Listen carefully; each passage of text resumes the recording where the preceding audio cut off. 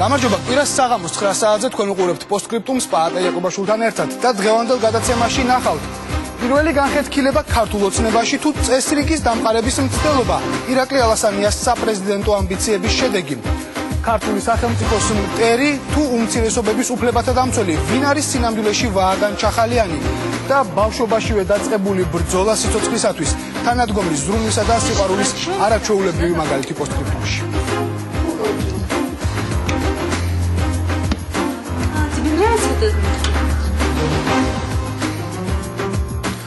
ქართული საგარეო პოლიტიკისთვის გასული კვირა რუსული იყო. დავოსში ბიძინა ივანიშვილი თავის რუს კოლეგას შეხვდა, მოსკოვში ილია მეორე რუსეთის პატრიარქს და რუსეთის პრეზიდენტს. სტრასბურგში საქართველოს დელეგაციამ კიდევ ერთხელ გაარკვია ურთიერთობა რუსეთის დელეგაციასთან. ნიშნავს თუ არა ურთიერთობის გააქტიურება ჩვენი პოლიტიკის მიმართულების შეცვლას. პირდაპირ ნიშნები ჯერ არ ჩანს, მაგრამ პარალელები გამოკვეთილია. აი ესე გავუწოდე ხელი. აი იმანაც იქიდან გამომიწოდა ხელი, ჩამომართვა. მეოთხე სასიამოვნო შეხვდა, იმანაც მითხრა სასიამოვნო წარმატებებს გისურვებთ. აი ეს იყო სულ. ხელის ერთი ჩამორთმევა უკვე ერთი საქმეა. ორი ქვეყნის დღევანდელი ურთიერთობის ფონზე თითქმის ისტორიული. საქართველოს ახალი პრემიერის ასაწყობი ურთიერთობა რუსეთთან შეიძლება თეთრი ფურცლითაც დაიწყოს, მაგრამ ეს ფურცელიც იმ წიგნიდანაა, რომელსაც ივანიშვილამდე სხვები წერდნენ. Я должен сказать вам. დიდხანს ველოდით ამ დღეს. სიმბოლურია იმ ადგილას ხდებით, სადაც პუშკინმა პირველად დადგა ფეხი ქართულ მიწაზე. ეს ლამაზად და პოეტურად გამოვიდა და ბევრს მადლობთ ამისთვის. პირველ ნაბიჯს ურთიერთობათა დასალაგებლად ყოველთვის საქართველოს გამდა და ყოველთვის ერთსა და იმავე არგუმენტს იშველიერდა. ორი ქვეყნის ორასწლოვან კულტურულ კავშირებს. 1991 წლის მარტში იმავე ცდილობდა პირველი პრეზიდენტი. მისი საბოლოო მიზანი ტერიტორიული მთლიანობის საკითხის გადაწყვეტა იყო. რუსეთის იმჟამინდელი ლიდერი შეუდარებლად უფრო კეთილგანწყობილი იყო და მრავალ დაპირებასაც იძლეოდა. რით დასრულდა ყველაფერი აღარ გაგახსენებთ, მაგრამ გაგახსენებთ, რას პირდებოდა ყველაზე დემოკრატიული პერიოდის რუსეთი საქართველოს.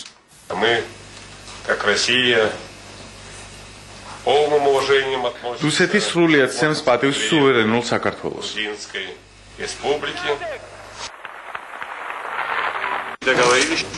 მოვილაპარაკეთ, რომ გავატარებთ ქმედით ღონისძიებებს შიდა ქართლის სტაბილურობისა და მშვიდობის აღსადგენად, ანუ ყოფილ სამხრეთ ოსეთის ავტონომიურ ოლქში. თავისი თეთრი ფურცლის შევსება მეორე პრეზიდენტმა სცადა. ელცინი მასაც ხელს არქმეოდა და ეუბნებოდა, რომ მხარს უჭერდა ერთიან და მშვიდობიან საქართველოს. მაგრამ ძალიან მალე ყველაფერი სოჭისა და დაგომისის ხელშეკრულებებითა და კოდორში გაყინული ბავშვებით დამთავრდა.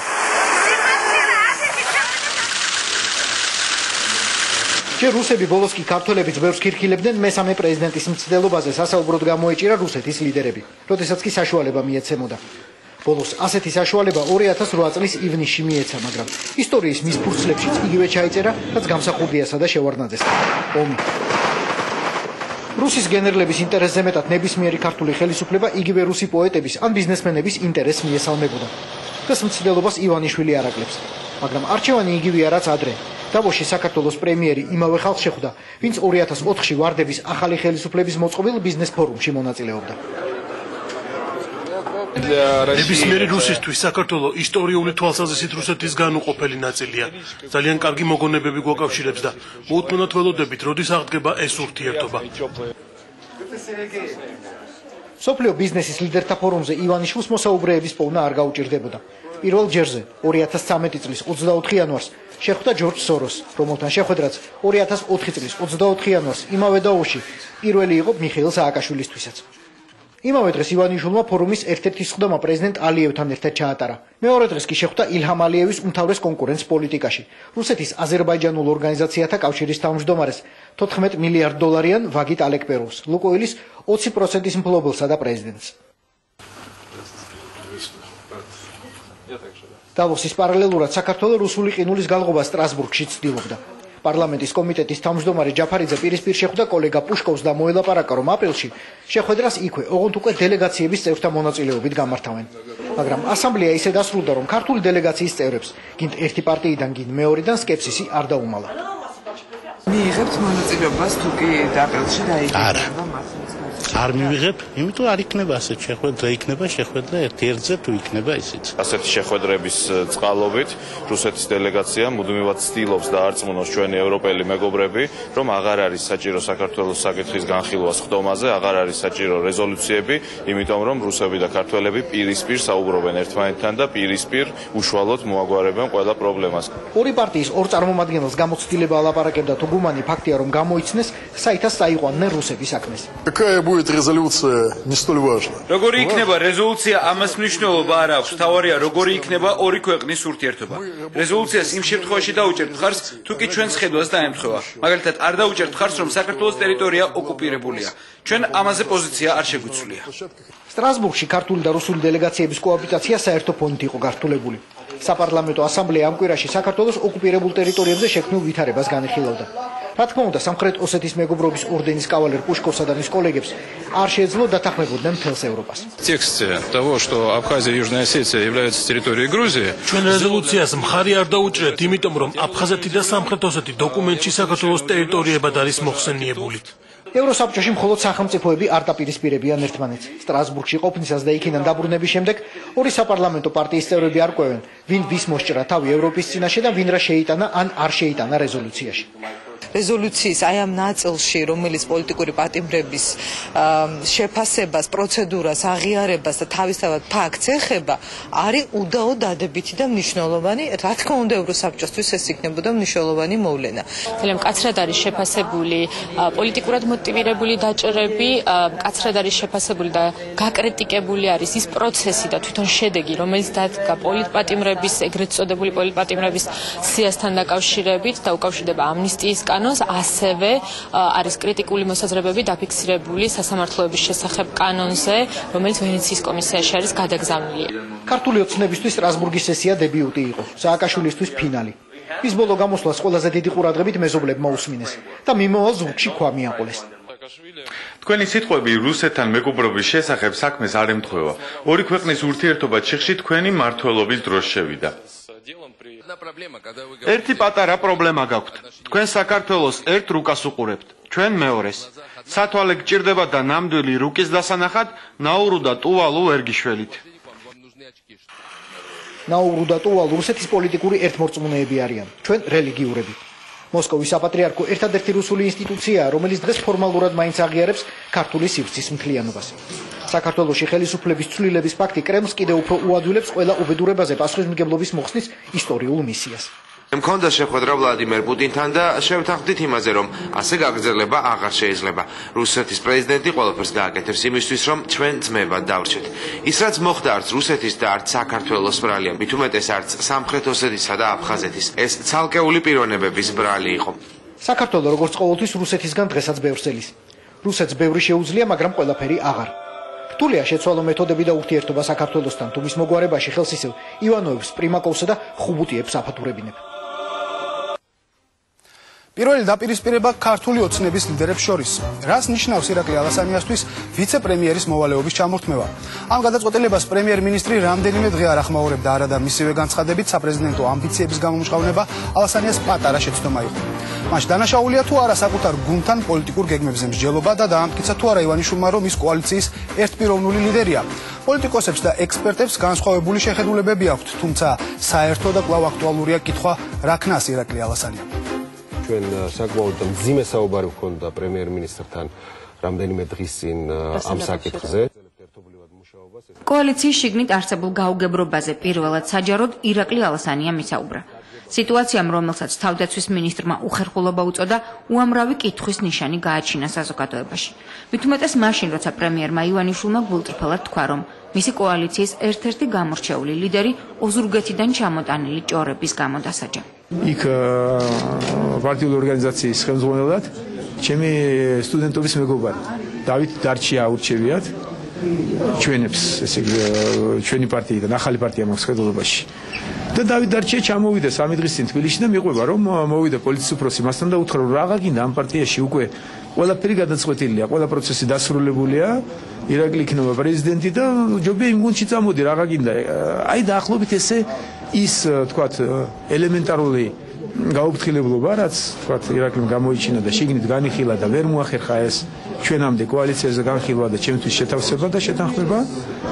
ეს გუნდით დაიწყო, გუნდმა ეს გაიტანა და სულ სხვანაირად გავრცელდა რეგიონებში. პოლიცსაბჭოს საიდანაც აღნიშნული ხმები გავრცელდა თავისუფალი დემოკრატების თავმჯდომარე ირაკლი ქადაგიშვილი ესწრებოდა. ის ამბობს, რომ საბჭოზე საიდუმლოდ არაფერი თქმულა. ითქვა, რომ ახალი რეალობებიდან გამომდინარე, იმიტომ რომ იცით, რომ იცვლება პრეზიდენტის უფლებამოსილებები მცირდება, ჩვენ ვაყენებთ თუ არა შესაძლებლად, რომ ირაკლი ალასანია იყოს, იმიტომ ეს საკითხი ადრეც უყოველთვის, ხო, მუსირებდა და ასე შემდეგ, რომ ჩვენ რა პოზიცია დავიკავოთ. აქ ითქვა ცალსახად, რომ შესაძლებელია ეს, ოღონდ თუ ეს იქნება, რა თქმა უნდა, კოალიციის საერთო გადაწყვეტილება.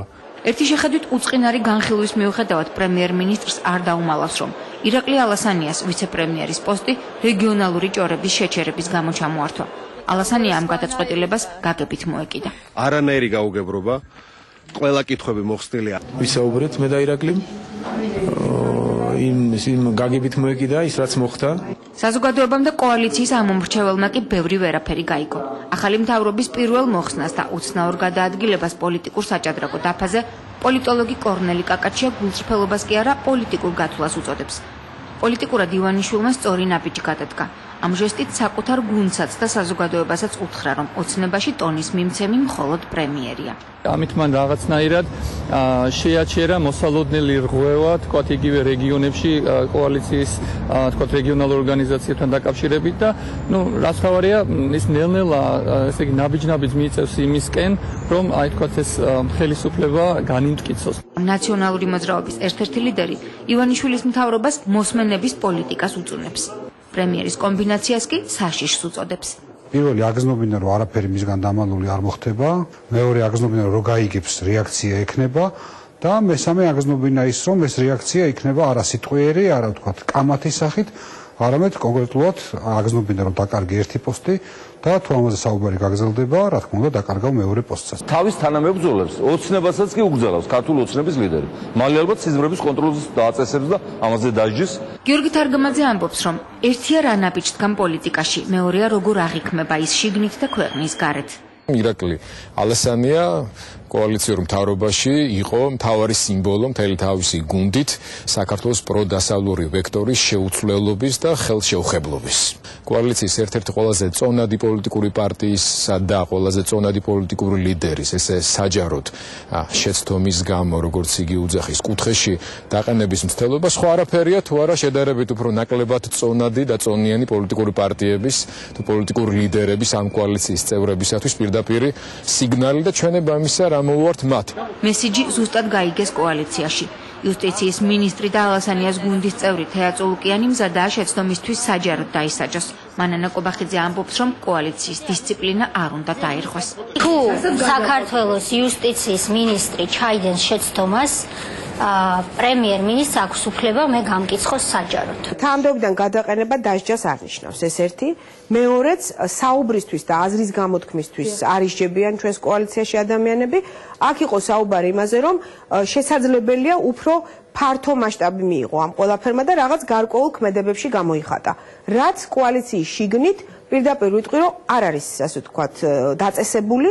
შიდა კოალიციური დისციპლინის გარდა არის კიდევ ერთი მნიშვნელოვანი საკითხი. ცნობილი ფაქტია, რომ ალასანია და მისი გუნდი ოცნების სხვა წევრებისგან განსხვავებით სახელმწიფოს საპრეზიდენტო რესპუბლიკის მოდელს ემხრობა. პოლიტოლოგები არ გამორიცხავენ, რომ ივანიშვილმა პოლიტიკაში დარჩენის დრო გაიხანგრძლიოს. მაინც გონია, რომ ბიძინა ივანიშვილმა შესაძლოა უარი თქვა თავის პირველ განცხადებაზე, რომ ის თქვა დარჩება ქართულ პოლიტიკაში მხოლოდ წელიწად ნახევარი. მე მგონი მას გაუჩნდა ინტერესი, რომ თქვა იგივე მის ფლანგზე არ გამოჩნდეს სხვა კონკურენტი. ვახტანგ ხვალაძე გამომდინარე თავისი თქვა არის ძალიან ცნობილი კონსტიტუციონალისტი, პატიოსანი ადამიანი, მაგრამ თქვა არ არის ისეთი გამოკვეთილი რაღაც ხარიზმატული ფიგურა, რომ თქვა მომავალში თქვა რაღაცა პრეტენზიები ქონდეს. გამორიცხავთ, რომ ეს კანდიდატურა შეიძლება იყოს ბიძინა ივანიშვილი საპრეზიდენტო. არ გამოვრიცხავ. სანამ საბოლოო გადაწყვეტილება არ იქნება, სანამ ჩვენ არ გვესოდინება როგორ შენობას ვაშენებთ, მანამდე ძალიან ნაადრევია საუბარი იმაზე, თქვათ ამ შენობაში ვინ სად უნდა დაჯდეს. კოალიციის წევრები ერთხმად ამბობენ, რომ ოცნებაში არაფერი შეცვლილა, რომ ამ პროცესს არ უნდა ვუწოდოთ ირაკლი ალასანიას საჯაროდ დასჯა. ივანიშვილის პირველ მკაცრ გაფრთხილებას ყველა გაგებით ეკიდება, რადგან ფაქტია, რომ თუნდაც ნაკლებად რეიტინგული ალასანია ახლა ქართული ოცნების ერთიანობის გარანტიაა. ურბანული თუ რეგიონალური ჭორების მიუხედავად კოალიციის სიძლიერის შესანარჩუნებლად მათ ერთმანეთი ჰაერივით სჭირდებათ. პრეზიდენტმა მას საქართველოს სახელმწიფოებრიობის მტერი უწოდა. ქართული ოცნება და სომეხთა სამოციქულო ეკლესია კი სვამენ კითხვას, რატომ არ იყო ბრალდებაში შესაბამისი მუხლი. ეს კამათი რამდენიმე დღის წინ ამნისტიით გათავისუფლებულ ვააგან ჩახალიანს უკავშირდება. ის ცნობილია როგორც ჯავახკის ლიდერი. ამ ორგანიზაციამ თავისი ყველაზე ხმაურიანი აქცია 2005 წელს გამართა და ახალქალაქიდან რუსული სამხედრო ბაზის გაყვანა გააპროტესტა. ვინ არის რეალურად ვააგან ჩახალიანი, სეპარატისტი თუ უმცირესობების უფლებების დამცველი? რა მიზნები ამოძრავებს, რას მოითხოვს და რა პოლიტიკური გეგმები აქვს? ჩვენს კითხვებს ჯავახკის ლიდერმა ციხეში ნასწავლი ქართულით უპასუხა. უკვე მეოთხე დღეა ახალქალაქის ამ სახლში ხალხის ნაკადი არ წყდება. ნათესავები და ახლობლები იმ ადამიანის ციხიდან გათავისუფლებას აღნიშნავენ, რომლის სახელი და გვარი მიმდინარე კვირის მთავარ საინფორმაციო გამოშვებებში არაერთხელ და არაერთგვაროვან კონტექსტში ფიგურირებდა. თემა, რომელსაც პოლიტიკოსების მწვავე შეფასებები მოჰყვა, აქტუალური პრემიერ-მინისტრის სომხეთში ვიზიტისას გახდა. ბიძინა ივანიშვილთან შეხვედრისას სომხეთის პატრიარქმა გარეგინ მეორემ მაშინ ჯერ კიდევ პატიმრობაში მყოფი ვინმე ვაჰაგან ჩახალიანის სახელი ახსენა. ის რაც მე არ მეხება, როგორც ეს მე არ ვიხილ. მე არ განსაზღვრავ არც პატიმრების გათავისუფლებას და არც დაჭერას და არც პროკურატურას არ მიუთითებ. და იქაც ეს კარგი მაგალითი იყო. მე და მისვე შეკითხვა იმ წუთში გადავა მისამართი. ვაჰაგან ჩახალიანის საქმესთან დაკავშირებით პირველი კომენტარი სასჯელახსრულების მინისტრმა სომხეთშივე გააკეთა. ყველა მუხლი, რომელიცაც ვაჰაგან ჩახალიანი არის გასამართლებული, ხდება ამნისტიის ქვეშ და შესაბამისად ის აი ამნისტიის პერიოდში გათავისუფლდება. პარლამენტის მიერ მიღებული ამნისტიით ჩახალიანის გათავისუფლებას პრეზიდენტის მწვავე რეაქცია მოჰყვა.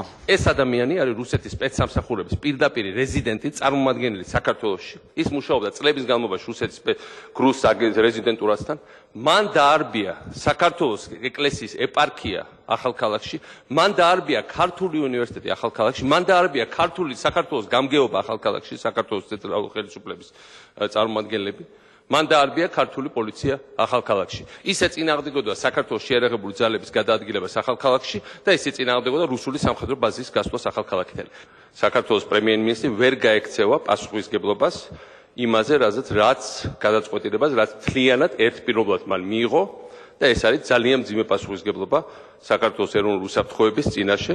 მან მე ვფიქრობ დაუშვა მძიმე გადაცდომა, რომელიც ძალიან ცუდად შემოუბრუნდება ქართველ ერს, საქართველოს სახელმწიფოებრიობას უახლოეს კვირეების, თვეების და წლების განმავლობაში. პრეზიდენტის ამ გამოსვლამდე საზოგადოებრივი ორგანიზაციის დემოკრატიული ალიანსი ერთიანი ჯავახეთისთვის ლიდერის გათავისუფლებასთან დაკავშირებით ბრიფინგი გამართა ერთიანი ნაციონალური მოძრაობის გენერალურმა მდივანმაც. ჩახალიანი არის ბოლო წლების ჯავახური სეპარატიზმის სულისჩამდგმელი.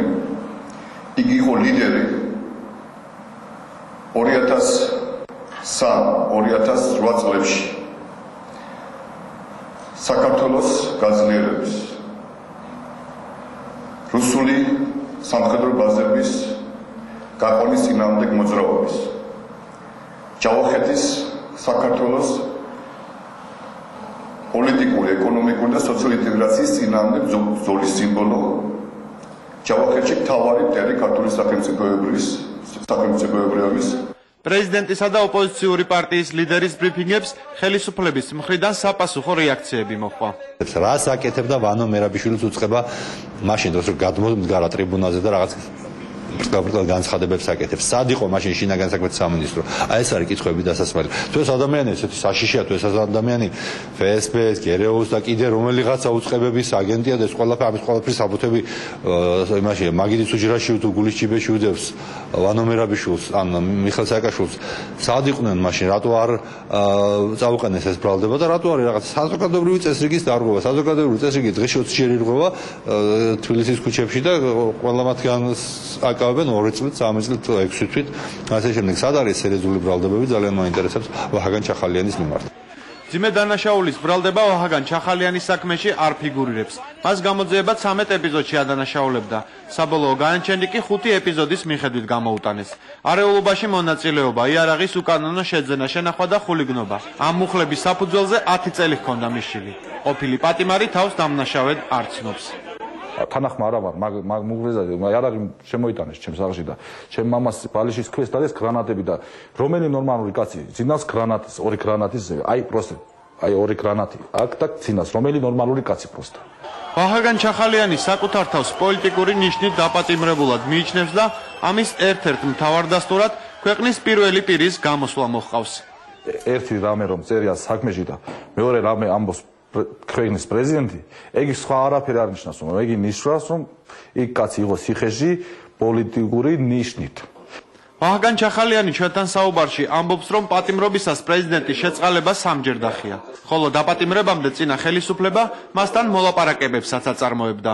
ეხლა როგორც ამბობენ, მე მაგნაირი კრიმინალი ვარ, მე კაცის ჭამელი ვარ, მე რა ვიცი, მეორე ბენ ლადენი ვარ, პროსტო პატარა მასშტაბით სამსე ჯავახეთის იმაზე მასშტაბით ხო და აი რა გინდოდა ჩემთან? აი როგორ უნდა და ჩემთან მაგიდაზე დაჟდნენ და რაზე უნდა ისაუბრონ? აი რა უნდა? რამდენიმეჯერ შეთავაზეს თანამდებობები, რამდენიმეჯერ მაგხაჩიძეც არა ეს არის სრული აბსურდი და სისულელი. რანაირად შეიძლებოდა მე ან ვინმე სამვიცერო ან გუბერნიიდან ან ადგილობრივი გამგეობიდან რამე შეეთავაზებინათ ადამიანის რომლის ყოველდღიური მოღვაწეობა იქითკენ ყველა თუ რაღაცნაირად ნებისმიერი სახელმწიფო ინსტიტუცია იქნებოდა თუ გამგეობა იქნებოდა ეს თუ გუბერნია ამ ყველაფრის წინააღმდეგ ემოქმედა.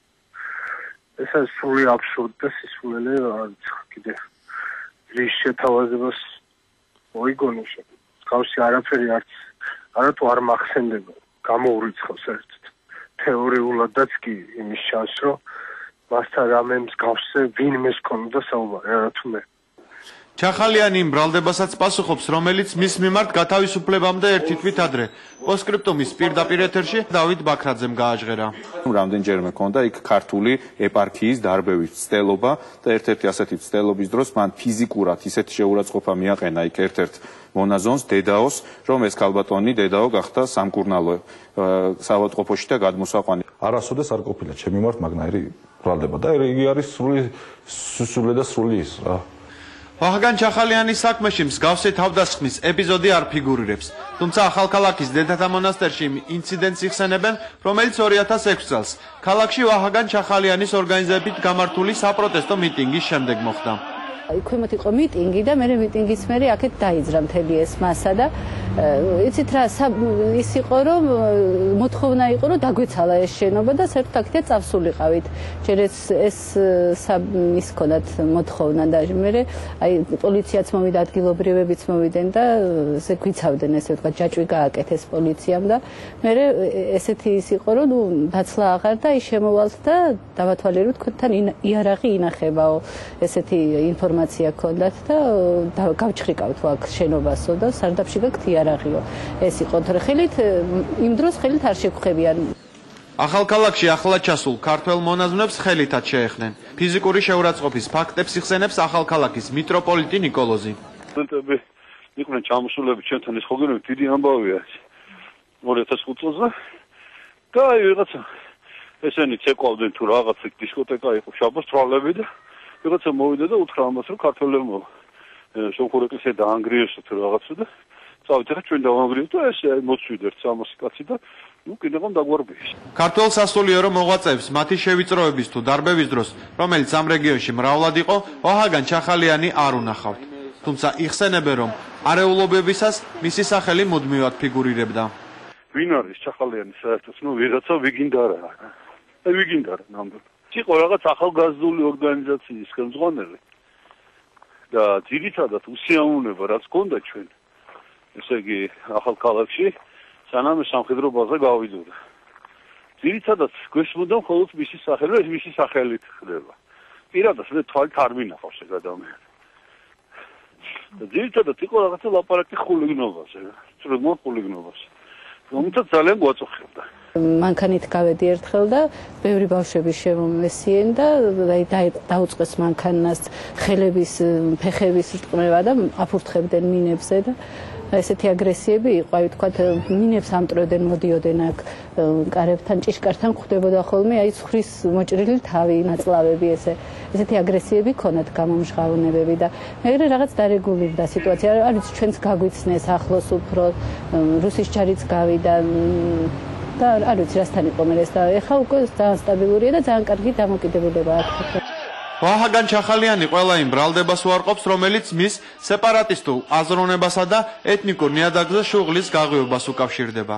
ის ადასტურებს, რომ ყველა იმ საპროტესტო მიტინგისა თუ სხვადასხვა სახელმწიფო ობიექტებში შეჭრის მონაწილე იყო, რომელიც მის დაპატიმრებამდე ახალქალაქში განხორციელდა. თუმცა საკუთარ ქმედებებს არა ექსტრემიზმითა და სეპარატისტული მოთხოვნებით, არამედ მაშინ არსებული პოლიტიკური გუნდის კურსთან მისი შეხედულებების შეუთავსებლობით ხსნის. ვინ ხმა მოიღდა? ესე იგი შენ ექსტრემისტი ხარ, არ ფიქრობ და მოიცა ერთი მომისმინო მაგაზე, შეიძლება მაგაზე იმნაირი რაღაცა ამბოს. მართლა მაგი ჯერ უპირველესად თავარი მნიშვნელოვანია საქართველოს ინტერესებისთვის. არა, თუ შენ ხმა მოიღე და მაგი არ გქონდა შენ შეთანხმებული თავად მისა სააკაშვილისთან, ესე იგი შენ ექსტრემისტი ხარ, всё. ერთი ამბობს, რაც ოპოზიციამ ამბობს. არა, ეგი თუ სომეხი ამბობს, თან ახალქალაქის სომეხი, კიდე თბილისის სომეხი რომ იყოს, კიდე ექსტრემისტი შეიძლება არ იყოს. ახალქალაქის სომეხი, იქ არის ჯავახეთის სომეხი ამბობს, ესე იგი ექსტრემისტია. კურიერის არქივში არაერთი ინტერვიუა შემონახული, თუ რას მოითხოვდნენ სწორედ იმ მიტინგების მონაწილეები, რომლებზეც ვაჰაგან ჩახალიანი საუბრობს. სომხური ენა უნდა იყოს აღიარებული სახელმწიფო ენად სომხური მოსახლეობის კომპაქტურად ჩასახლების ადგილებში. რუსეთის ვიზები, რუსეთის. აი რა აწუხებს ამ რეგიონის მოსახლეობას. ეს არის მთავარი საკითხი. არ გვინდა არანაირი თურქული თუ ამერიკული ბაზები. ჩვენ უნდა ვიყოთ რუსეთთან. მე მინდა თქვა, რომ ბატონო ამხანაგი სააკაშვილს თვითონ სააკაშვილია, მე სააგოვიჩი ვარ. ახლო მეზობელი ჯობია, ვიდრე როცა ძმა ცხოვრობს შორ. ჩვენი ახლო მეზობელი არის ჩვენი ორი ერის ხალხი დიდი რუსეთი. ვაჰაგან ჩახალიანი არც პოსტსკრიპტუმთან საუბრისას უარყოფს, რომ ჯავახეთის რეგიონში არსებობს ბევრი პასუხგაუცემელი კითხვა. ამ კითხვების უფრო კონკრეტული და დეტალური ჩამონათვალი კი მან ინტერვიუს შემდეგ იმ მიმართვაში ჩამოაყალიბა, რომელიც მასმედიაში გუშინ საღამოს გავრცელდა. ჩახალიანი აქტიურ პოლიტიკაში ბრუნდება. ჯერ კიდევ გადასაჭრელია ჯავახეთის სომეხი მოსახლეობის სამოქალაქო, ენობრივი, საგანმანათლებლო, რელიგიური და კულტურული უფლებების მთელი რიგი საკითხები. ჩამორთმეული ეკლესიების დაბრუნება, სომხური ენისთვის რეგიონალური ენის სტატუსის მინიჭება, ახალქალაქში სომხური უნივერსიტეტის გახსნა. საქართველოს ახალი ხელისუფლების მოვალეობაა სომხებით დასახლებული ჯავახეთის საზოგადოებრივ პოლიტიკური და სამოქალაქო სტრუქტურებთან დიალოგის და ურთიერთგაგების ატმოსფეროში ზემოაღნიშნული პრობლემების გადაწყვეტა. ეკონომიკურ კრიზისს, რომელიც გასულ კვირას ვანო მერაბიშვილმა დაანონსა, ერთი უცნაური თვისება აქვს. რაც უფრო დიდია უარყოფითი მოლოდინი, მით უფრო სწრაფად ახდება ის. ანუ კრიზისის შიში და ამ მიზეზით ეკონომია ფულის გადანახვა მომავლის ლოდინი ძალიან ართულებს მდგომარეობას. თუ მთავრობას უნდა რომ კრიზისი აიცილოს, არა მხოლოდ ეკონომიკის პარამეტრებზე უნდა იფიქროს. გაგიკვირდებათ და აუცილებელია საზოგადოებაში დადებითი განწყობის შექმნაც. სწორედ ამიტომ რუსთავი 2-ზე ეკონომიკის საქმეებში ყველაზე უკეთ გარკვეულ ჟურნალისტ აკაკი გოგიჩაიშვილს ჩვენ ვთხოვეთ ეკონომიკურთან ერთად საზოგადოების განწყობის პარამეტრებიც გაეზომა. აკაკი, მოგესალმებით. მოგესალმებით, ბატა, ძალიან მნიშვნელოვანია განწყობაზე ვიზრუნოთ როგორც შიგნით, ასევე ქვეყნის გარეთ. ქვეყნის შიგნით განწყობას განაპირობებს ცხადია ის სიტუაცია, რომელშიც ჩვენ ყველანი ვართ და შესაბამისად ჩვენი დამოკიდებულებაც ყალიბდება, ხოლო რაც შეეხება გარეთ დამოკიდებულებას, ანუ ინვესტორების დამოკიდებულებას ქვეყნისადმი, ამას განსაზღვრავს ქვეყნის რეიტინგი და ჩვენ გვახსოვს, რომ არჩევნებიდან სულ მოკლე ხანში Standard & Poor's-მა საქართველოს რეიტინგს გადახედა და მაშინ არსებულ ეკონომიკურ პარამეტრებზე დაყრდნობით უცვლელი დატოვა, თუმცა აღნიშნა, რომ ახალი მთავრობის საქმიანობას 6 თვის თავზე შეაფასებდა და რეიტინგსაც კიდევ ერთხელ გადახედავდა. აგერ 3 თვე გავიდა და ოპოზიცია განგაშტეხს, რომ პარამეტრები მკვეთრად გაუარეს და შესაბამისად თუ დარჩენილი მომავალ 3 თვეში ვითარება არ გამოსწორდა და არის რისკი, რომ ქვეყნის რეიტინგი ჩამოქვეითდეს. რას ნიშნავს ეს? ეს შეაფერხებს ინვესტიციებს და გაზრდის განაკვეთსაც, რომელზეც ქართული ბანკები ფულს ესხულობენ საერთაშორისო ბაზარზე, რაც საბოლოოდ ფულის დეფიციტს შექმნის ქვეყანაში. მთავრობა და ოპოზიცია, როგორც აღნიშნე, აგერ უკვე 2 კვირა პარამეტრებზე დაობენ, რაც ხალხში დაბნეულობას იწვევს, ეკონომისტები კი სწრაფი რეაგირების აუცილებლობაზე მიუთითებენ.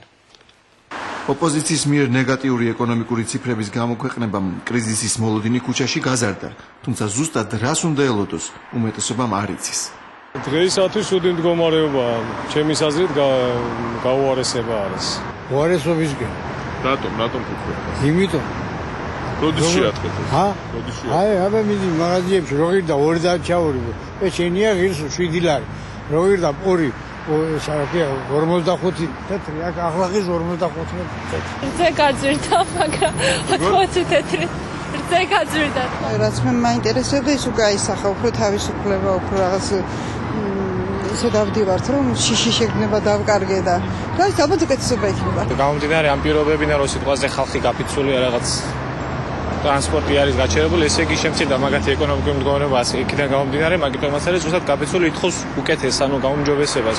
მივა თუ არა საქმე კრიზისამდე საბოლოო დასკვნას ექსპერტები არ ჩქარობენ, თუმცა იმ შემთხვევაში თუ პარამეტრები მომავალ 6 თვეში არ გამოსწორდა, სრულიად კონკრეტულ ცუდ შედეგებს ელიან. ტენდენცია გაგრძელდა და ექსპორტი არ იქნა წინა პლანზე წამოწეული და არ გახდა დადებითი ბალანსი, ანუ სავაჭრო ეკონომიკური ბრუნვა. ამ შემთხვევაში ლარის კურსზე ეს მოახდენს ზემოქმედებას. იმიტომ რომ შეიძლება იძულებული გავხდეთ მე სავალუტო რეზერვები გავუშვათ მიმოქცევაში და დავაბალანსოთ, როცა გათავდება რეზერვები, არ გვექნება შემოსვლა ინვესტიციების წესსაც ვერ ავიღებთ, შესაბამისად მოხდება ლარის დევალვაცია და იმპორტის გადახდის რესურსი უბრალოდ ფიზიკურად აღარ დარჩება ქვეყანაზე. შესაბამისად მოხდება რა დევალვაცია, ეს პირდაპირ დაარტყამს მოსახლეობას. სიტუაცია არის ძალიან მარტივი. თუ ეკონომიკური ზრდა არ გვექნა, ჩვენ გამას შევიგრძნობთ, როგორც ფული არ არის. აი ესეთ რა ხდება? ფული არ არის არსად, აი ესეთ განცდა გვექნება. თუ ზრდა არის 2% საქართველოში, რაც გერმანიისთვის შესანიშნავი შედეგია, 2% რო გერმანიაში გახარებული ხდება. ეს შემთხვევაში თბილისში იქნება მაშინ 3%, რაც იქნება -4%. და -4% რეგიონში ნიშნავს, რომ ეს რეგიონი სწავე დეპრესიაში ვარდება, ეს კონკრეტული რეგიონი. დამატებით პრობლემას ის ქმნის, რომ შევიწროებული ეკონომიკის ფონზე მთავრობას საარჩევნო დაპირებების შესრულება უწევს და თუ კი ფული ბიუჯეტში არ იქნა, ცხადია სესხი გახდება საჭირო. იყო დაპირებული მილიარდიანი ფონდი სოფლის მეურნეობაში და უკვე დღეს არის ცნობილი, რომ საქართველოს მთავრობა დახმარებისთვის მსოფლიო ბანკს მიმართავს, ანუ სესხის აღებას აპირებს. აი აქ უკვე იკვეთება, რომ აი დაპირებებში არის ის პრობლემა ჩადებული, რომელზეც მე ვსაუბრობ. სინამდვილეში რესურსები, შიდა რესურსები ამ პროექტების განხორციელებისთვის არის ძალიან ცოტა, ამიტომ ქვეყანას მოუწევს ან საგარეო ვალების აღება, ან ფულის დაბეჭდა, ან გადასახადების გაზა, რაც უკვე მოხდა, ანუ ყველა იმ მეთოდის გამოყენება, რომელიც კიდევ უფრო მძიმედ დააწვება გადასახადის გადამხდელს და რიგი დამქირავება და დაქირავებას ორივეს. არავითარ შემთხვევაში სესხების ახალი სესხების აღება არ ღირს, იმიტომ რომ ჩვენ მარტო ან 13 დაკრეფილი უკვე მილიარდი დოლარის მეშვეობით საშუალოდ ყოველწლიურად არ ვიცი, გააჩნია პერიოდს 500-დან 800 მილიონ ლარამდე ყოველწლიურად საგარეო ვალი გვაქვს გადასახდელი. ყოველწლიურად. ანუ ფაქტობრივად ეს არის თანხა, რაც უდრის თელ ამ მეგონის სოციალურ დახმარებებს, რაც საქართველოში გაიცემა. ეს უნდა ვაჩუქოთ ახლა იმის გამო, რომ წინა პერიოდში სესხები დავყრიფეთ ესეთი ტემპებით. აი ეს არის პრობლემა. ასეთ ბუნდოვან ვითარებაში დასავლეთიდან ინვესტიციები შეჩერდა, იქნებ რუსეთიდან წარმოვიდეს, თუ კი პრემიერმა იქაური ბიზნესის დაყოლება შეძლო. ოღონდაც ამან შესაძლოა პოლიტიკური უხერხულობა შექმნას. დასტურად ამ თემაზე დასმულ კითხვაზე მთავრობის ეკონომიკური სტრატეგიის რეაქციაც გამოდგება. რა შუაში იყო აქ რუსეთი? აბსოლუტურად არაპროფესიონალურად, პროპაგანდისტულად დასმული კითხვა, პირდაპირ გეუბნებით, არაკორექტული კითხვა. პრემიერს ჰქონდა შეხვედრა რუს ბიზნესმენთან, რომელიც პოზიტიურად წარიმართა. ხო, აიმიტომ გეკითხებით, რომ არის თუ არა ამას ნეგატიურ კონტექსტს რო აძლევთ და რაღაც ისეთ რაღაცებს როსოთ ეს როგორ არის რა? კონტექსტ. მე აღარ გაგცემთ არც ერთ კითხვაზე პასუხს, ესაუბრეთ ინვესტიცია, ეს მე ფიქრობ დადებითი რესპონდენტს მე დავამთავრეთ თქვენთან საუბარი. მთავრობას ბეწვის ხიძე მოუწევს გავლა. ოპოზიციასთან დაპირისპირება კი ამ ამოცანას მხოლოდ ართულებს. მით უმეტეს თუ ამ ფონზე ოპტიმიზმმა ხალხშიც დაიკლო. ვინც მუშაობდა, დაითხოვეს და ვინც მიიღეს სამსახურში, ჯერ არ უშოვია ფული და აქედან გამომდინარე ძალიან თუდი მდგომარეობა. მომავალში როგორ ფიქრობ, რა მოლოდინი? ისევ და ისევ ესე პროგნოზ ორი სიტყვით ვერ გავაკეთებ, მაგრამ ჩემი აზრით თუ რამე არ შეიცვალა, კაი იმედი არა გვაქვს. მოლოდინი რა გაქვს? არაფერი. ესენი ვერ გაუძღვებიან. ყველას ის უნდა რომ იყოს სტაბილური მდგომარეობა და ჩემ ეკონომიკურ მდგომარეობასაც შეეხება, სასურველია რომ იყოს უკეთესი, რა თქმა უნდა, მაგრამ უბრალოდ ამის რაღაცნაირი ბაზა ჯერჯერობით არ არსებობს. თუმცა ვფიქრობ, რომ შემდეგში ალბათ გამოსწორდება. მეც როგორც სხვა დანარჩენი სტაბილურობას ველოდებით ეკონომიკურს. თუ ოდნავ უკუსულა, ეგ დროებითია. თუ ოდნავ უკუსლა, იმიტომ რომ ჯერ ახალი მთავრობა ეხლა გამოიცვალა და ალბათ უნდა ვადროვოთ. აი ესეთი შერეულია ხალხის განწყობა, მაგრამ რომ გაუარესდება, ამის შანსი მაღალია, რადგან IPM-ის კვლევა აჩვენებს, რომ ახალი ხელისუფლებისადმი მოლოდინი იმდენად მაღალია, რომ შესრულების შანსიც კი არ არის. კერძოდ ირკვევა, რომ მოსახლეობის 70% მოელის, რომ ბიძინა ივანიშვილი მისი ოჯახის ერთ წევრს მაინც დაასაქმებს, თანაც დაასაქმებს ამ წლის განმავლობაში, ხოლო ნახევარი ფიქრობს ასე ამათგან. და აგრეთვე ფიქრობენ, რომ ოჯახის შემოსავლებიც გაიზრდება. IPM-მა ეს ფინანსური მოლოდინები დააჯამა და აღმოჩნდა, რომ მათ დაკმაყოფილებას მხოლოდ წელს დამატებით 3.5 მილიარდი ლარი დაჭირდება.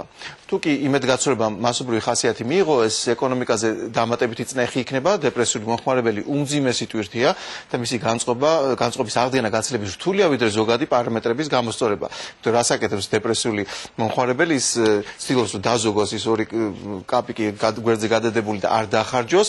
ეს ნიშნავს, რომ თუ ეკონომიკას განვიხილავთ ორგანიზმად, მაშინ სისხლის მოძრაობა, ანუ ფულის მოძრაობა ნელდება და აი ეს არის, რასაც მივიღებთ ეკონომიკას შეფერხდება.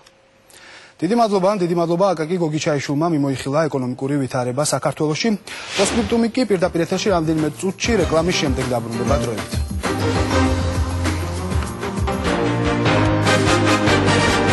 მოდით ანასთან. აი, ეს არის ჩვენი ანა. ბავშვები, რომლებიც სიცოცხლისთვის იბრძვიან. ამ ბავშვებით გახარებით ვცხოვრობთ, ამ ბავშვების ცხოვრებით ვცხოვრობთ. ერთად გვიხარია და ერთად გვტკივართ. დედა, რომელიც 17 წლის შვილის, მამა ანდრიას ანდერტს ასრულებს. როგორ ახალება მითხარი? ეს მიხარდა. შენ აუცილებლად კარგად იქნება.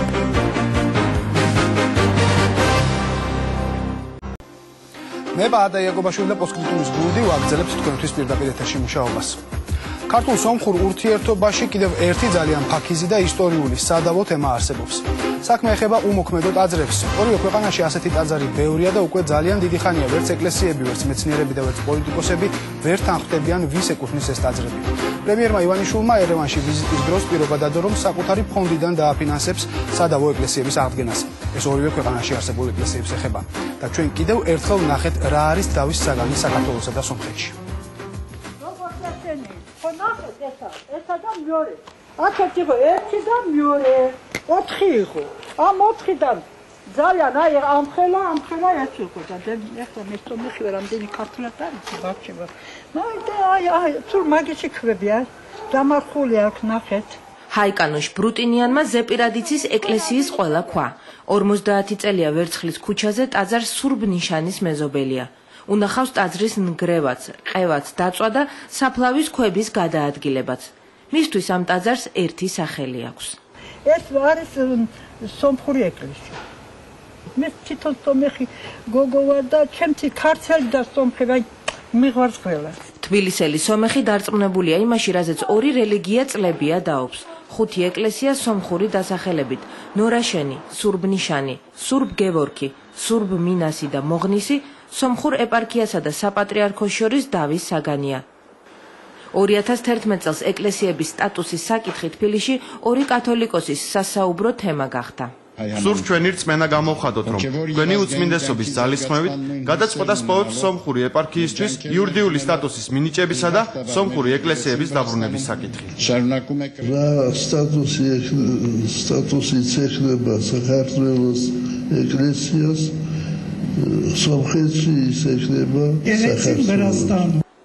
სტატუსი ისევ გაურკვეველია. პრემიერ-მინისტრმა კი სომხეთში ვიზიტის დროს საკუთარი გადაწყვეტილება გააჟღერა.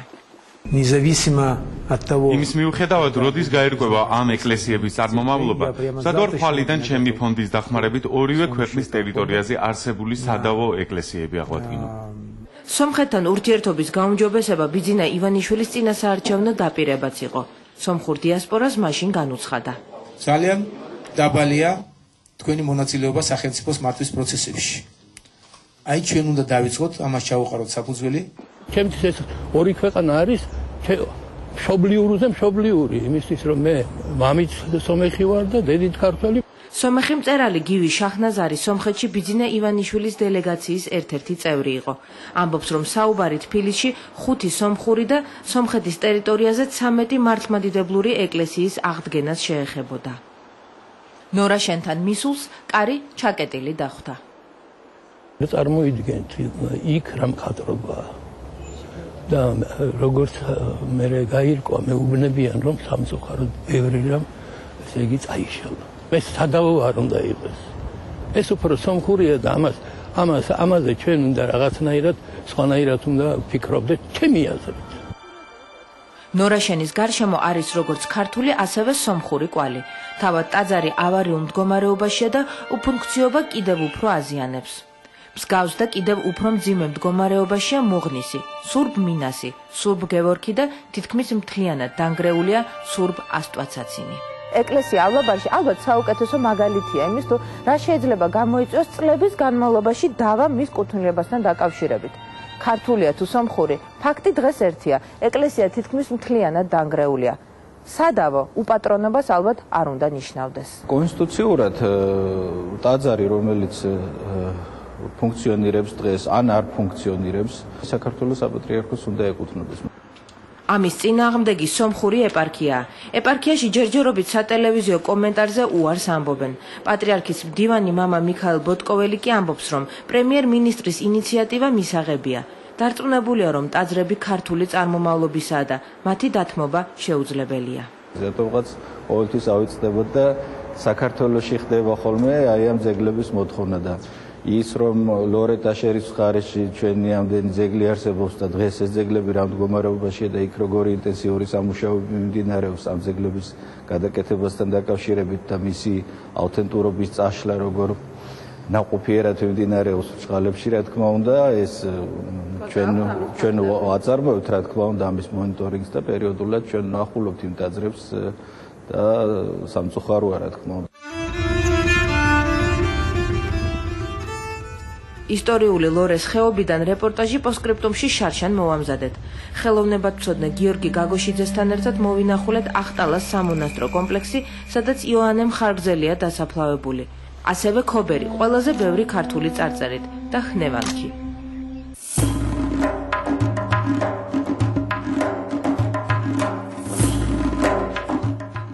ეს შუა საუკუნეების ტაძრებია, რომელთა ნაწილი აღდგენილი დაგვხდა. აღადგინა სომხურმა მხარემ ქართველების მონაწილეობის გარეშე. საკმაოდ აწეული არის და ეს წინ ამბიონი არ აქვს, გვერდიდან ასასვლელი აქვს. ეს გამოგონილია რასაკვირველია. ასე არ იქნებოდა თავის დროზე. ამ ისტორიული ძეგლების აღდგენას ქართველების თანამონაწილეობის გარეშე არ ეთანხმება სომეხი ისტორიკოსი ჰაირაპეთ მარგარიანი, თუმცა ამბობს, რომ ქართული კვალი ეკლესიებზე ისტორიული გავლენაა და არა წარმომავლობა. ისტორიკოსი კეირაკოს განზაკეცი წერს, როდესაც იოანე მხარგრძელმა მიიღო მართლმადიდებლობა, ახტალას სამონასტრო კომპლექსი ჩამოართვა სომხებს. ამიტომ იქ შემორჩენილია სომხური და ქართული კვალი. რაც შეეხება ქობერს, ისიც მოხსენიებულია სომხურ წყაროებში. ის ააგეს სომეხმა მეფეებმა, მაგრამ შემდეგ შანშე მხარგრძელმა დაისაკუთრა და საგვარეულო განსასვენებლად აქცია. აბა ქართულად წერდნენ, ქართულად კითხულობდნენ, ქართული ისე ყო მღვდელმსახურება. კიდევ რა არის? რა ნიშანი გვჭირდება იმისთვის, რომ ესა თუ ის პირი მივაკუთვნოთ ამა თუ იმ ერს, ხომ? გიორგი გაგოშიძე ძეგლთა დაცვის ეროვნულ სააგენტოში ამბობს, რომ ბოლო 3 წელიწადში საფრთხეში მყოფი 3 სადაო სომხური ეკლესია გამაგრდა. ნორაშენის აღდგენის პროექტი იკომოსმა შეადგინა. მოღნისზე არქეოლოგიური გათხრებით ჩატარდა. აი ამ კალებიდან ნუ შეხვალთ. სოლოლაკში მოღნისის გუმბათი 2009 წელს მთლიანად ჩამოინგრა. ერთი კედელი გამაგრდა, მაგრამ საფრთხეს მოსახლეობას დღეს მაინც უქმნის. არქეოლოგმა გურაბ მირცხულავამ აქ უფრო ძველი ეკლესიის ნანგრევები აღმოაჩინა. ამბობს, რომ ის დავით მერვეს მიერ არის აგებული მე-13 საუკუნეში. 1751 წელს კი ძველის ნანგრევებზე ახალი აიგო და ეს ის ეკლესია, რომელსაც დღეს ვხედავთ. ქართული ტაძრის ნანგრევებზე სომხურ ტაძარს არავინ არ ააშენებიებდა. რატო?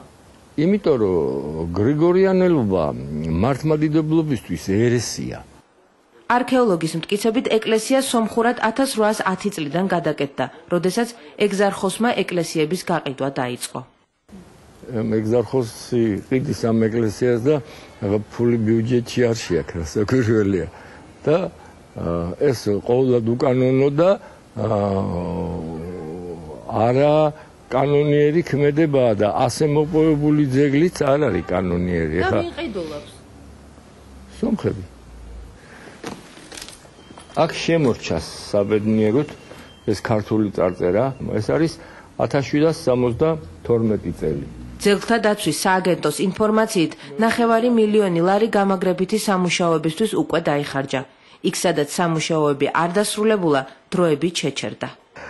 ამ ეკლესიას სამხრეთიდან და აღმოსავლეთიდან მოსახლეობის სახლები ადგას ზედ. ამდენად თუ ეს მოსახლეობა არ გავიდა, არ გავიყვანა, სახელმწიფო თუ არ გაიყვანა და არ დააკმაყოფილა სხვა ბინებით, ამის სამუშაოები ვერ გაგრძელდება და თავისთავად ისინი რისკის ქვეშ იმყოფებიან იმ ადგილას ესე ცხოვრება, ზოგადად ცოტა ის სარისკოა. ჩემი სახლი არის და არ არის ძველი თავრობა, მისიც ხალხი მოვიდნენ, არც ახლა ახალი თავრობა, ესე ცხოვრება. ნორაშენის სხვადასხვა ნაწილების ნგრევის გამო ჰაიკანუშის ბარაკი რამდენჯერმე დაზიანდა. დიდი ხანია მთავრობას დახმარებას თხოვს. ეს წარწერა სურბ მინასის ეზოს იცავს. კიდევ ნაზი პოგოსიანი, დევნილი ოჩამჩირედან. თქვენ გაქვთ გასაღები? ხო, რა ვქნა, აბა. ეკლესიას საცხოვრებელი ფართები აქვს მიშენებული და საყოფაცხოვრებო დანიშნულება აქვს. საბჭოთა დროს აქ ქარხანაც იყო. მის გვერდით აფხაზეთიდან დევნილები ცხოვრობენ, რომლებმაც სიახლე ეკლესიების აღდგენის შესახებ უკვე გაიგეს. ჩვენ სამი ოჯახი არ შეუშლით ხელს ნამდვილად და ჩვენ აქ თვითონ კარკასები იყო და ავაშენეთ, ეს ერთი პლუსია, მეორე ის რომ უკვე აბონენტები ვართ.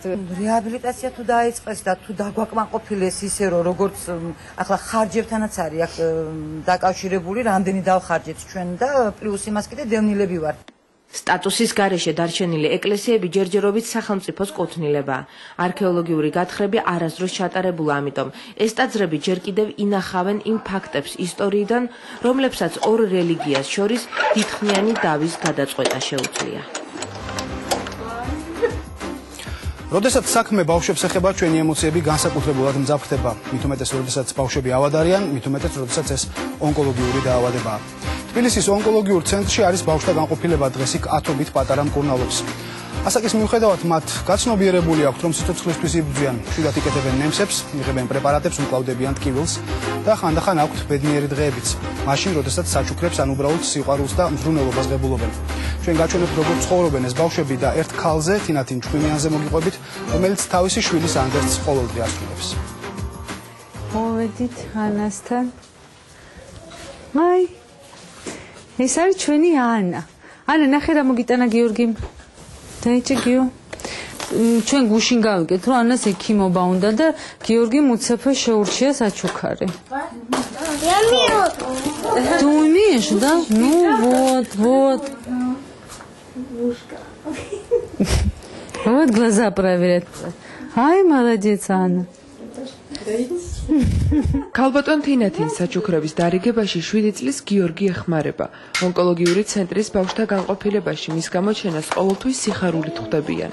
ამ პატარების მონახულება მისი ყოველდღიური საქმიანობაა. ნახე, აი გიორგიმ რო შეგირჩია მოგწონს?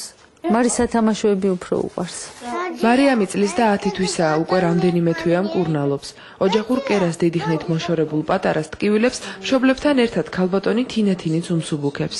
მერვე ქიმია, მერვე კურსიანი უკვე გაკეთებული და ღმერთის ანაბარა ვართ, იმედი არის, რომ ყველაფერი კარგად იქნება.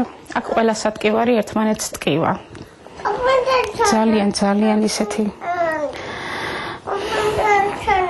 კომპიუტერი ეგერ არის ბებო. თინათინ ჩხვიმიანი ბერი ანდრიეს სახელობის ფონდს ხელმძღვანელობს. ამჟამად დახმარებას 15 პატარას უწევს. ფონდის მცირეწლოვანი თანამშრომლები თავად პაციენტები არიან. ეს არის გიორგი თედორაძე, ეს არის გიორგი თავარი მენეჯერი. თან სამლოცველოც არის და თან ბავშვები ერთობიან აქ. თების მონასტრიდან თანისი დადის იღუმენი შალვა, რომელიც აზიარებს ბავშვებს, ზეთისხებებს უტარებს და ძალიან დიდ ყურადღებას და სიყვარულს და სითბოს ააწევს და თან რაც ყველაზე მთავარი არის ნუგეში. იზიარება? გიორგი. მონახისა გიორგი. გიორგი მე-4 წელიწადია, 4 წელი დამთავრდა, მე-5 წელიწადია, რომ ებრძვის ამ დაავადებას. მაგრამ ღვთისმშეწევნით და წყალობით იმედი გვაქვს, რომ ყველაფერი კარგად იქნება. ბავშვები აქ ნატვრის წიგნაკს ავსებენ, უმეტესობას მაცხოვრის საფლავზე მოლოცვის სურვილი აქვს. უნდათ კომპიუტერი, დურბინი და სხვადასხვა სათამაშოც. ჩანაწერი გიორგიმაც გააკეთა. მე ვარ გიორგი თედორაძე, ვარ 7 წლის. უკვე 4 წელია დედიკოს საავადმყოფოში დავყავარ. მიკე იკეთებენ ძალიან ბევრ ნემსებს და დედას გეფიცებით არასდროს ვტირი ვარ. გიორგის პალატაში დროებით გამოკვლევაზე ეკატერინე მოიყვანეს. შენის მეცდემილი ვარ. შენ გორიდან ხარ, ხო? მე აფხაზეთიდან. მეზობლის ბავშვი დაიწყო ავარიით და დედიცი ვინ ნახის მარშო ვინმე და მე და ნატალი თამაშობდით თუ ერთად ვინ ბავშვს ქვია ნატალი. და რაღაცეთ იმის მერე აჩემებულია, ხეტა მეც უნდა მოვკვდეო. არა, კატერინე, რა სამბო. გამომხედი შე როგორი ჭკვიანი თვალები გაქვს. და ესეთი რაღაცები არ თქვა, კარგი? აუცილებლად კარგად გახდები, აუცილებლად. შენ არაფერი ცუდი არ გჭირს. აბა გაგვიცინი ხა ბედნიერად. გიორგი, ეკატერინეს ის თეთრი დათვი რო ყავს იქა ვაჩუქოთ, ხო? უხმოდ ესმით ერთმანეთის. ერთნაირად ტკივად. შეხედულებითაც ხვდებიან, აი რა დროს რა სჭირდებათ. ფონდის მთავარი მიზანი დაავადებული ბავშვების სულიერი თანადგომა და ზრუნვაა. მინიმალური შემოწირულობები ცდილობენ პატარა ოცნებები აიხდინონ. აქ ამბობენ, რომ ყველანი ერთი დიდი ოჯახის წევრები არიან. მინდა რომ საზოგადოება და ადამიანები უფრო მეტად ჩართული იყვნენ ამ ბავშვებთან, იცით, თვითონ ადამიანებისთვის და ჩვენთვის არის ძალიან მნიშვნელოვანი, იმიტომ რომ ამ ბავშვებიდან ძალიან ბევრ ამას ვისწავლით. ქალბატონი თინათინი ფონდს მეუღლესთან ერთად უძღვება. ონკოლოგიური დაავადებების მქონე ბავშვებზე ზრუნვა კი ერთადერთმა შვილმა უანდერძა. მათი ვაჟი მამა ანდრია 17 წლის ასაკში ონკოლოგიურ საავადმყოფოში ბერად აღკვეცეს და აქვე გარდაიცვალა. ყველაზე ახალგაზრდა ბერმონაზონის ცხოვრება მისი დაბადებიდანვე დრამატულია. აფხაზეთიდან დევნილი ოჯახი სოხუმის დაცემის შემდეგ წამოვიდა. უღელტეხილზე 9 დღე დაღამეიარეს, გადმოსვლისას თინათინი ორსულად იყო. სვანეთში ჩააღწიეს და იქ დაიბადა ნუგზარ მილორავა. შემდეგ ქუთაისში დასახლდნენ. მეოთხე კლასში ნუგზარი ეკლესიური გახდა. ბერობას ადრეული ასაკიდან აპირებდა. 16 წლისას კი ავთვისებიანი სიმსივნის დიაგნოზი დაუსვეს. ნეიროენდოკრინული კარცინომა ჰქონდა მერკელის ტიპის უჯრედების. ვერ ვეხებოდით აბსოლუტურად შეღება შეუძლებელი იყო წელიწადი და ერთი თვე იწვა გაურყევლად ზურგზე 8 თვის მანძილზე ორივე მუხლი მდგომარეობაში სახსრებით ჩაეკეტა, ყველგან მეტასტაზები იყო და ვერ შლიდა. ერისკაცობაში ნუგზარ მილორავა მამა ანდრია დაკურთხეს. თავად იწინასწარმეტყველა რომელ დღეს გარდაიცვლებოდა, ამისთვის მთელი ოჯახი მოამზადა. 3 დღე ჯვარი ხელიდან არ გაუშვია და უმეგობრდა ბავშვებს, რომლებიც მასთან ერთად მკურნალობდნენ და დედას თხოვა, რომ მისი გარდაცვალების შემდეგ სხვა დაავადებულ პატარებზე ეზრუნა. უფრო მეტად ჩვენზე ეზრუნა მშობლებზე მამა ანდრიამ, რომ ანუ მის გარდაცვალების შემდეგ რაღაც ერთი მომენტი, ეს 40 დღე მონასტერში რო ვიყავი, ვერ გვცნობდი, მაგრამ მონასტერიდან რო გამოვედი, დავრჩით უფუნქციოდ, იცი, დედა და მამა ჩვენ მარტო. მონასტერში წასვლასაც აპირებდა, მაგრამ ახლა ამბობს, რომ ერში მისია აქვს და ბავშვების გვერდში უნდა იდგეს. მალევე დააარსეს ბერი ანდრიეს სახელობის ფონდი. ზრუნავენ იმდენ ბავშვზე, რამდენსაც შეძლებენ. ძიმეა იმ ყველაფრის გახსენება და რაც გამოვიარეთ მამა ანდრიას შემთხვევაში, მაგრამ მაინც ცხოვრების აზრად გვაქვს მარტო ის კი არა რომ ჩვენ ვეხმარებით იმათ იქით, ისინიც ძალიან გვეხმარებიან და გვაძლიერებენ აქეთ თავის მხრიდანაც. ბერი ანდრია მარტყოფის მონასტრის ეზოშია დასაფლავებული ქუთაისში, სახლში, სადაც გაიზარდა, ქალბატონი თინათინი ახლა იშვიათად ჩადის. მე ჩემი მეუღლე და მამა ანდრია. ეს არის მამა ანდრიას საწოლი. ჯერ კიდევ აქვს მისი სუნი და ძალიან რომ მომენატრება ხოლმე ეს ხორციელად ხდება ესეთი რაღაცა და მაშინ მომდივარ და აქ ამბარის ვეფერები და ვგრძნობ მისი სუნი მაინც აქ. დავით გარეთში ვიყავით და იცით, აი აქ ისე ძალიან ჩამეხუტა ამ სურათს რო უყურებ, ვგრძნობ ეხაც მის ხორციელ სიახლოვეს. მე ვტირი ვარ უბრალოდ იმიტომ რომ ხორციელად მენატრება, თორე სულიერად მართლა ბედნიერი ვარ რომ ესეთი შვილი მყავდა. ბერი ანდრიას ფონდის ერთ-ერთი მთავარი აზრი კი ბავშვებთან ერთად მათ მშობლებზე ზრუნვაა. ნებისმიერი შედეგის მიუხედავად ქალბატონი თინათინი დედმამასთან კონტაქტს ინარჩუნებს. მარიამი ფონდის აქტიური წევრი და პიარ მენეჯერი იყო. გასულ წელს 9 წლის ასაკში გარდაიცვალა. ბარის სორვილი იყო, ზღვის ნახვა. მაგრამ სამწუხაროდ მაშინ ვეღარ მოვახერხეთ, სანამ ჩვენ მოვიპოვეთ ის თანხები, და 40-ის შემდეგ წავედით ამ მოგზაურობაში. და იქ მე ბავშვობა მოუგრეს ესეთი კენჭები და გამოგზავნეს. მარიამი არ არის ჩემ გვერდით, მაგრამ ის ბავშვები ყველა ჩემი შვილები არიან, ვინც სტაციონარში გადიან მკურნალობას და რა თქმა უნდა მათ გვერდით ვიქნები ყოველთვის. რო ხშირად მშობელს უფრო სჭირდება დახმარება, იმიტომ რომ როდესაც მშობელი არის ძლიერად, მაშინ ბავშვიც უფრო ძლიერდება. როდესაც გადასხმები არ უტარდება და თავისუფალ დროს გამოძებნიან, ცდილობენ ექსკურსიები მოაწყონ. ეკლესიებში, მუზეუმებში, ზოოპარკსა თუ კინოში. ბავშვებს ყოველი გასვლა ახარებთ და ახალისებთ. აი მარიამიც არის ჩვენი მოხალისე, რომელიც ბავშვებთან მოდის, თამაშობს. ყველაზე დიდი არის. პატა 19 წლის არის, მეხმარება და აი სრულავს თავის პატარა და-ძმაზე. ეხლა მორჩენილი არის პატა, არ ჭირდება აქტიური მკურნალობა. ფონდი არის ესე იგი მათთვის და მათი. საერთოდ ერთად ვადგენთ ხოლმე რა გვინდა და რა უნდა გავაკეთოთ. წამოდი ახლა როგორ მე შევაღწიოთ იქა დიდი. ეხლა მყავს 16 შვილი. ამათი ცხოვრებით ცხოვრობ, არიან ძალიან კარგები, ბედნიერი ვარ, რომ მათთან მაქვს ურთიერთობა და შემიძლია რომ რაღაცა პატარა რამე გავუკეთო. თუ გინდა ერთი ღიმილი გამოვიწიო მათ სახეზე. ხოლმე მამა გაბრიელ შვიდობა და ჯანმრთელობა. დირცხეზეთ ჯვრის სახით ხო? ასე აქეთ. ღვთის შეწევრი და რწმენით ხდება ყველაფერი. ყველაზე მთავარი არის ჩვენთვის ეს და ყველაზე მეტი რასაც ვაკეთებთ ეს არის რომ უფალს მიუახლოვდეთ. შარშან მოახერხეს და ზაფხულში რამდენიმე დღით სვანეთში და ანაკლიაში წავიდნენ. ახლა ამბობენ, რომ ასეთი დღეები ყველაზე კარგად ახსენდებათ. დასალაშქრი და მოსალოცი ადგილების ვრცელი სია აქვთ. 3 წლის მანძილზე არის 23, რომელიც გარდაიცვალა, მაგრამ იცით მყავს 40 ბავშვი, რომლებიც მორჩნენ და ისეთი სასიხარულო არის, რომ იმათის სახში ვაცირებთ და მე მოდიან და ამ ბავშვებთან ურთიერთობენ და მეხმარებიან ყველაფერში. ეს ნამდვილად წონის იმ ტრაგედიას, რომელიც არის იმ გარდაცვლილი ბავშვების შემთხვევაში. 9 წელი მკურნალობდი მე. აი არავის არ მოქონდა ჩემ დროს ახალწელს კამფეტი, ერთი კამფეტიც კი არავის არ მოქონდა და აი ვინც ახლა მკურნალობენ ამ ბავშვებს ნამდვილი დღესასწაული ქონდათ ახალწელს. სად მარტო რო ხარ და სად მეგობარი რო გვერდში გიდგას და ან თუნდაც სრულიად უცხო ადამიანი. რა თქმა უნდა დიდი მნიშვნელობა აქვს თანადგომას. უფროსი და უმცროსი მეგობრები დღეს პირველად წავიდნენ ცირკში.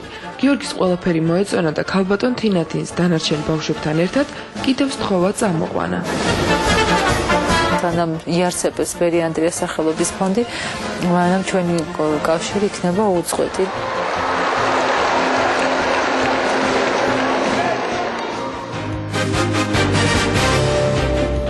აი გრიმი რაშუში მაგაც 80 წლის კაცებზე ემზროს. 80 წელი ცხოვრებაში და სცენაზე. ძალიან მიყვარს, ვიცოდეთ, ჩემი პროფესია. აი პროფესია მე ძალიან ბევრი ბედნიერება და სიხარული მომაიჭა ცხოვრებაში.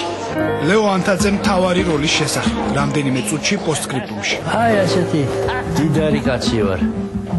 ამდენი მემკვიდრე მყავს. მე პაატა იაკობაშვილი და პოსტსკრიპტუმის გუნდი ვაგრძელებთ თქვენთვის პირდაპირ ეთერში მუშაობას. კინომოყვარულებისთვის ერთი სასიამოვნო ახალი ამბავი გვაქვს. ქართველმა რეჟისორმა ამერიკაში სანდენსის კინოფესტივალზე გაიმარჯვა. თინათინ გურჩიანმა მიიღო პრიზი დოკუმენტური ფილმის საუკეთესო რეჟისურისთვის. ჟიურიმ მას ორიგინალური ხედვა, გარემოს შეგრძნება და იდეა მოუწონა. მანქანა, რომელიც ყველაფერს გააქრობს, ასე ქვია თინათინ გურჩიანის ნამუშევარს. ფილმში ნაჩვენები არიან გმირები, რომლებსაც კინოში გადაღება უნდათ და კასტინგის დროს თავის ისტორიებს ყვებიან. განსაკუთრებით საინტერესო გმირებს რეჟისორი ყოველდღიურ ცხოვრებაში მიყვებოდა და სცადა ეჩვენებინა რა ლამაზი ან რთული შეიძლება იყოს ცხოვრება, როდესაც გმირობაზე ოცნებობ. სანდენსის კინოფესტივალი ერთგვარი დამოუკიდებელი კინოს ფესტივალია და სხვათა შორის წელს აქ ჟიურის სპეციალური პრიზი მიიღო რუსული პანკ ჯგუფის Pussy Riot-ის შესახებ გადაღებულმა ფილმმაც. I'm very happy. დიდი მადლობა, ძალიან ბედნიერი ვარ, რომ აქ ვარ. იმედია, ჩემი ფილმი უკეთესია, ვიდრე ჩემი ინგლისური. სიტყვა წინასწარ არ მომიმზადებია.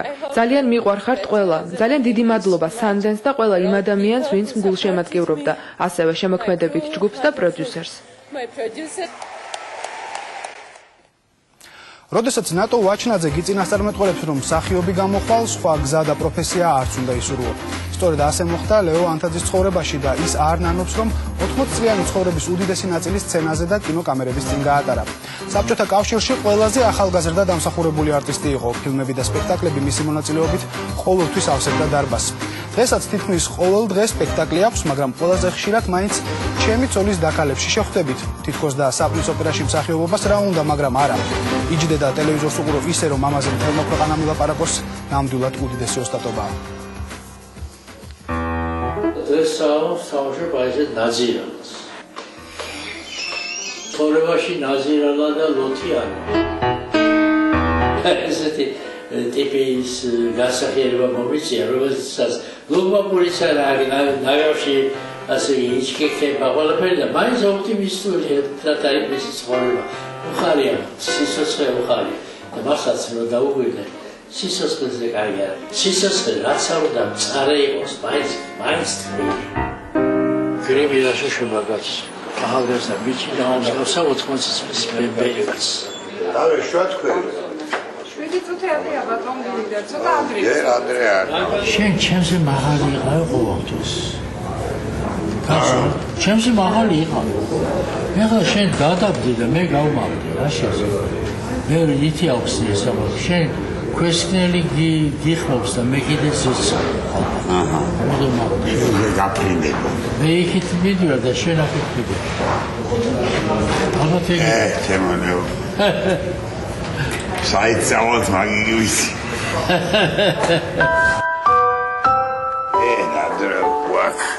ამდენი ვართ ნაცანცალებ ინსტიტუტიდან დაწყებული ბოლომდე ასე ბებერია სულ თამაშობდით სულ ხო და სუფრაზე ვარ სუფრალა და კოტე საბრიგძელო თქვენს რომ კოტეო ამის მეუღლეო რაღაცა ის უიო ჩვენ მე მეგონაო თქვენო ცოლკმარი იყავითო მე და ლეოზე თქვა და ლეომ ხა რა ვიცი მე სულ მეუბნებიანო ესო შენი დედაო და წლები გაფრინდა. ლეომ ყველაზე პირველმა მიიღო დამსახურება. მე ბებიელი გოლარანში ვეთამაშა. ჩვენთვის იყო საოცარი რა. სულ ახალგაზრდა ბიჭი იყო რა. პატარა ბიჭი. მაშინ ეგრე არ იყო. სტაჟი უნდა და მთელი ამბები და 26-ის ვიყავი. ახალი მიღებული ვიყავი თითქმის. მოხდა ისე რომ რატომღაც ისეთ ასაკში მომწეს დამსახურებული არტისტის წოდება ძალიან იშვიათი შემთხვევა იყო სოდეჟეს მაგასაკის მსახიობს საბჭოთა კავშირში არავის არ მიუღია. დღესაც მესიზმრება ხშირად რომ ვთამაშობ ზურიქელება რომ ახალგაზრდა ვარ და ვთამაშობ იგივე და ხანდახან მესიზმრება რომ ტექსტი დამოწდება თითქოს და ცუდ უხერხოდ მოვარიმაში ვარ და ხან მეღვიძება ხოლმე ამის გამო და რა ისე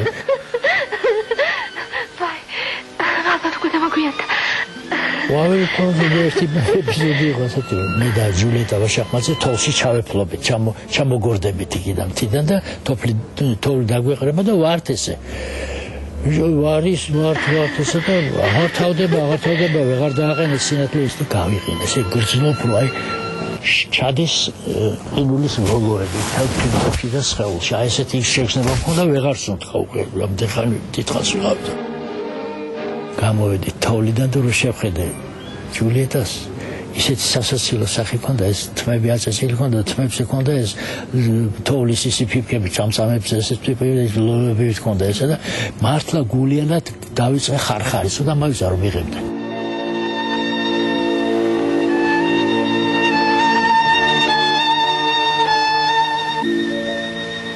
ეხლა 80-ის შევსული ნახევარ საუკუნეზე მეტად ბევრი გადავაჭარ მეუღლე რაც თეატრში მუშაობ კინოში თეატრში ძალიან მიყვარს ჩემი საქმე დაამთავრე თუ არა ინსტიტუტი მაშინვე მარჯანიშვილის თეატრში მიმიღეს ძალიან მიყვარს თუნდაც ჩემი პროფესია აი პროფესია ძალიან ბევრი ბედნიერება და სიხარული მომარიჭა მინდა ვიცოს ხლოებისათვის რომ ემსახურო აი პროფესიას საქმეს რომელიც საოცრად ბედნიერებას და სიხარულს მარიჭებს Chitrimo. Alberto Mendoza! Dai, fai dei saplotti!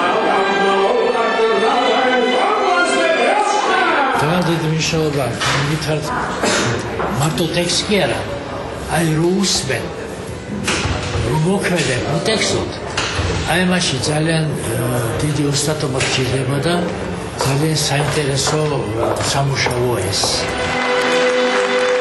მე პროფესია ისეთი რომ ბევრი რამე შემიძლია ქართულ ხალხს მიყოლეში. უფრო მეტად შევაყვარო თავისი ქვეყანა, თავისი სამშობლო.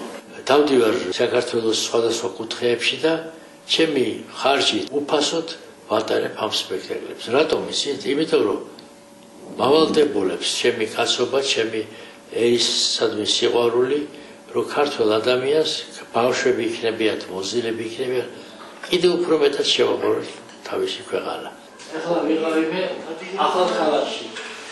ახლა კი მესაფლავის და ხუნდარას ბანჯგულიანი თავი გამოჩინა. მე ხა ჩემი პროფესიით რაც შემიძლია ხა ფულის მე ხალხს ვერ დავეხმარებ და ამ ჩემი პროფესიით ჩემი საქმით ვსახურები ქართულ ხალხს. თუმეტეს ახლა ამ უბანში ჩამოსვლა და ამ ქალაქში ჩამოსვლა ჩემთვის დიდი პატივია. ეს უბანი დასახლებული ნაკლებად არის ქართველებით. აი ქართული სული რო აღდგეს უფრო. მე წავიდე ბაქტეროიდან ნაწყვეტი. ეს იმიტომ წავიდე თუ ვაჟაფშაველა შეიყვარებს ბავშვი არა იმას საქართველოს ეყვარება აუცილებლად რა. არ შეიძლება არ უარდეს. აი ეს მიზანი ეს იყო ჩემი რომ ვაჟაფშაველა წამიკეთ აუცილებლად.